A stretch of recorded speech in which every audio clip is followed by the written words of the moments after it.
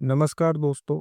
शिव पुराण में कहा गया है, जो भी भक्त सावन के महीने में भोलेनाथ की कथा सुनता है या कहता है, उसके जीवन के सारे दुख दर्द दूर हो जाते हैं। कहते हैं जो सच्चे मन से शिव कथा सुनता है, उसके भाग्य के दरवाजे खुद महादेव खोलते हैं।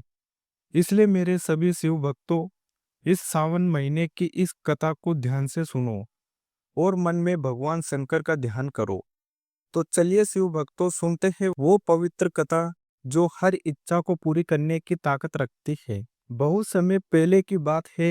हिमालय की पहाड़ियों के बीच एक छोटा सा गांव था। इस गांव में भगवान भोलेनाथ का एक पुराना लेकिन चमत्कारी मंदिर था। गांव में रामलाल नाम का एक व्यापारी रहता था। उसकी जिंदगी में सब कुछ था, धन दौलत नाम इज्जत, लेकिन एक ही कमी थी, उसके कोई संतान नहीं थी। यह उसकी पत्नी गंगा के लिए बहुत बड़ा दुख था।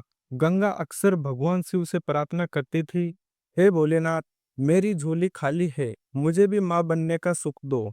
रामलाल और गंगा हर जगह मंदिरों में माथा टेक चुके थे, लेकिन नतीजा कुछ नहीं निकल रहा था। किस्मत जैसे उन पर मेहरबान नहीं थी। एक दिन गांव से एक साधु बाबा आए।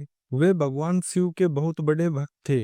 लोग मानते थे कि उनके आशीर्वाद से असंभव काम भी हो जाता था। रामलाल और गंगा उसके पास गए और अपने दिल का दर्द सुनाया। साधु मुस्कुराए और बोले, तुम्हारी तकदीर बदल सकती है। सावन के महीने में सोमवार का व्रत रखो, शिवलिंग पर बेलपत्र, गंगा जल और दूध चढ़ाओ। सच्चे मन से पूजा करोगे तो तुम्हारी गोद जरूर भर जाएगी।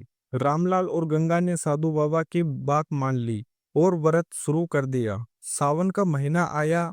गंगा हर सोमवार सुबह जल्दी उठती, स्नान करती, सफेद कपड़े पहनती और मंदिर जाती। वह शिवलिंग पर गंगा जल, दूध, बेलपत्र चढ़ाती, पूरे दिन व्रत रखती और बार बार ओम नमः शिवाय का जाप करती। गांव के लोग उसकी भक्ति देखकर हैरान थे। गंगा के चेहरे पर एक अजीब सी चमक और उम्मीद दिखाई देने लगी। सावन का आखिरी सोमवार आया। गंगा ने मंदिर में खास पूजा की, पूरी रात शिव चालीसा और रुद्राष्टक का पाठ किया। उसी रात गंगा को एक सपना आया। सपने में भोलेनाथ प्रकट हुए और बोले, गंगा, तुम्हारी भक्ति से मैं बहुत प्रसन्न हूँ। तुम्हें पुत्र रत्न की प्राप्ति होगी, लेकिन याद रखना, उसका जीवन सिर्फ 12 साल का होगा। गंगा डर के मारे उठ गई। उसने रामलाल को यह सपना सुनाया।